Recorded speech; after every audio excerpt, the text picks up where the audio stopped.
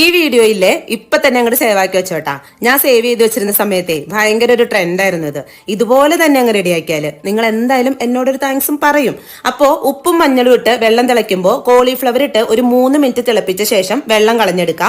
എന്നിട്ട് ഒരു ബൗളിലേക്ക് എരിവുള്ള മുളക് പൊടി, കാശ്മീരി മുളക് പൊടി, ഇഞ്ചി വെളുത്തുള്ളി പേസ്റ്റ്, മഞ്ഞൾപ്പൊടി, മല്ലിപ്പൊടി, കുരുമുളക് പൊടി, പെരുംജീരകപ്പൊടി, ഒരു നാരങ്ങയുടെ നീര്, എന്നിട്ട് കുറച്ച് ടൊമാറ്റോ സോസും സോയാ സോസും, 1/2 കപ്പ് അരിപ്പൊടി, 1/4 കപ്പ് കോൺഫ്ലോർ, പിന്നെ ആവശ്യത്തിന് ഉപ്പിട്ട് 1/4 കപ്പ് മാത്രം വെള്ളം ഒഴിച്ച് നല്ലൊരു ബാറ്ററാക്കി മാറ്റാം.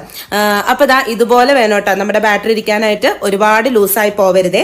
ഇനി കോളിഫ്ലവറിലേക്ക് ഈ ഒരു ബാറ്റർ ഒഴിച്ച് കൈവച്ച് നന്നായിട്ട് അങ്ങോട്ട് മിക്സ് ആക്കിയിട്ട് ഒരു അരമണിക്കൂർ റെസ്റ്റ് ചെയ്യാൻ വെച്ചിട്ട് ബ്രെഡ് ക്രംസിൽ കോട്ട് ചെയ്ത് എടുക്കുവാണേ. ഓരോന്ന് കോട്ട് ചെയ്യുന്നതിലും കുറച്ചും കൂടി എളുപ്പം കുറച്ചങ്ങ് ഒന്നിച്ചെടുത്ത് കോട്ട് ചെയ്യാം. എന്നിട്ട് ചൂടായ എണ്ണയിലേക്ക് കുറച്ച് കറിവേപ്പിലേക്ക് ഇട്ട് ഫ്രൈ ചെയ്തെടുക്കാം. അങ്ങനെ നമ്മുടെ കോളിഫ്ലവർ ഗോൾഡൻ ഫ്രൈ റെഡി ആയിട്ടുണ്ട്. ഇനി നല്ല ചൂടോടെ അങ്ങോട്ട് കഴിച്ചാൽ മതി.